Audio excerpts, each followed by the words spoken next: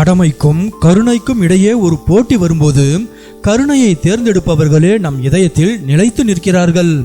ஒரு பக்கம் பல நூறு பயணிகளின் கால நேரம், மறுபக்கம் ஒரு சிறு உயிர். இந்த இரண்டில் எதற்கு முக்கியத்துவம் கொடுப்பது? இந்திய ரயில்வேயின் லோகோ பைலட் ஒருவர் எடுத்த அந்த ஒரு முடிவு இன்று இணையதளமே வியந்து பாராட்டும் ஒரு உன்னதமான கதையாக மாறியிருக்கிறது.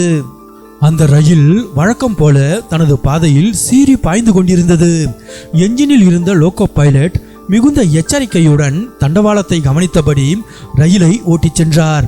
அப்போது தூரத்தில் ஒரு எருமை மாட்டு மந்தை தண்டவாளத்தின் அருகே மேய்ந்து கொண்டிருப்பதை அவர் கவனித்தார். எச்சரிக்கை செய்வதற்காக அவர் ரயிலின் ஹாரனை பலமுறை ஒலிக்கச் செய்தார். சத்தம் கேட்டு மற்ற மாடுகள் விலகிச் சென்றன.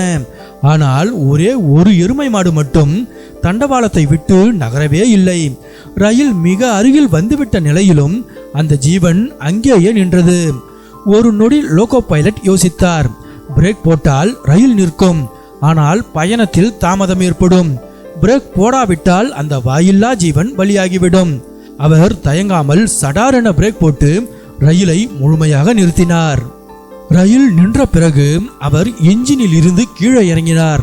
அந்த எருமை மாட்டை விரட்ட கல் எறியவோ அல்லது கத்தவோ இல்லை. மிக மென்மையாக அந்த மாட்டின் அருகே ஓடி வந்து அதை தட்டி கொடுத்து பாதுகாப்பாக தண்டவாளத்தை விட்டு அப்புறப்படுத்தினார். அந்த மாடு பாதுகாப்பான இடத்திற்கு சென்றதை உறுதி செய்த பிறகே மீண்டும் தனது இருக்கைக்கு திரும்பி ரயிலை இயக்கினார். இந்த வீடியோ இணையதளத்தில் பரவியதுமே இவர்தான் நிஜமான ஹீரோ என்று மக்கள் புகழாரம் சூட்டி வருகின்றனர். ஒரு எந்திரத்தை போல தனது வேலையை மட்டும் பார்க்காமல் சக உயிரின் மீது அவர் காட்டிய அந்த அக்கறை அனைவரையும் நெகிழ வைத்துவிட்டது.